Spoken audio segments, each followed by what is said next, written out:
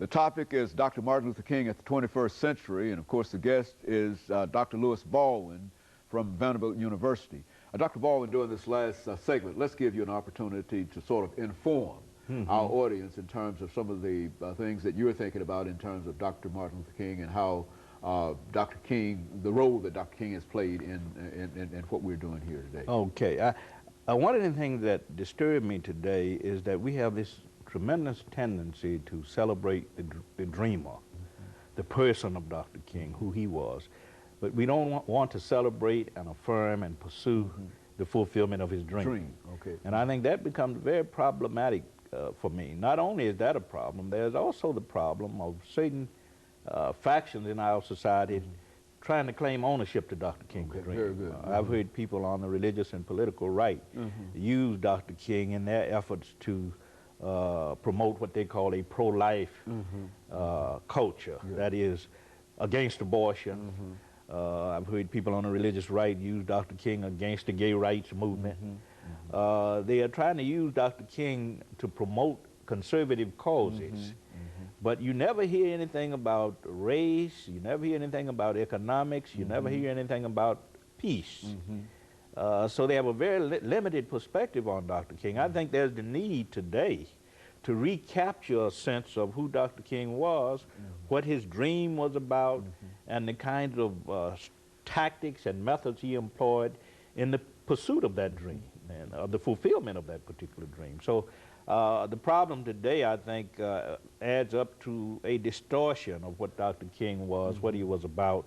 And in many cases, we are too prone to celebrate the dreamer without celebrating the dream. You know, Dr. Baldwin, what we always try to do is to have our guests to say something that would be beneficial to the young people, because of course not only would it be beneficial to the young people but older people as well. But I think that you would admit that we're having a real problem in terms of dealing with our young people and having them to focus on some of the things that are important, etc. Certainly Dr. King would have some attitudes in reference to these pants, the way people dress, and etc. and etc. And so why don't you speak, you know, what would be his message today? His message to young people today in terms of what they have to do. I think one aspect of his message would be study hard. Dr. King was an intellectual. You may think of him as an activist, a civil rights leader. He was all of that, but he was also an intellectual who took the academic life very seriously. And in his own speeches and letters to students, he encouraged them to study hard. That's one thing he encouraged them to do. Secondly, to avoid too much obsession with materialistic values. Very good. Because our young people are concerned about materialism. The price of clothes, the price of our sneakers, expensive clothes, expensive jewelry, that kind of thing. Dr. King was not about that. He said that materialism shouldn't be very, very important in our lives. We all have things, we all want to own things, but spiritual values are much more important.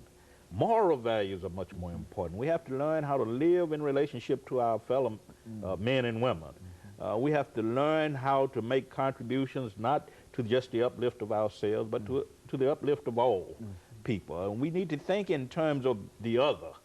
Dr. King often said that the first law of life is not self-preservation, it's other preservation. Yeah, we think certainly in terms of our own self-preservation, but we have to also think of others.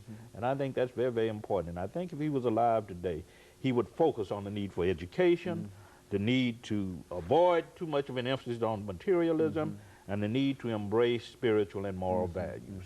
And what about violence? I mean, what would violence? I think that his message would be violence is always immoral. And I think he would say that on an interpersonal level, violence is wrong. In intergroup relations, violence is wrong. And in international relations, violence is wrong. You can't create a culture of life and a culture of peace through violence and human destruction. I think that would be his message.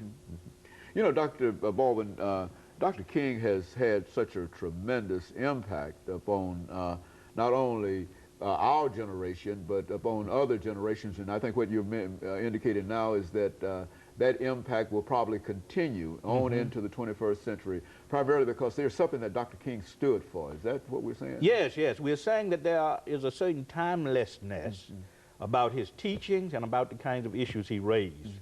Unfortunately, the extent to which he will continue to live in our culture will depend a lot on what we do in our churches and what we do in our schools. Okay. Unfortunately, little attention is given to Dr. King in our schools, and little attention is given to him in our churches. We wait until the third Monday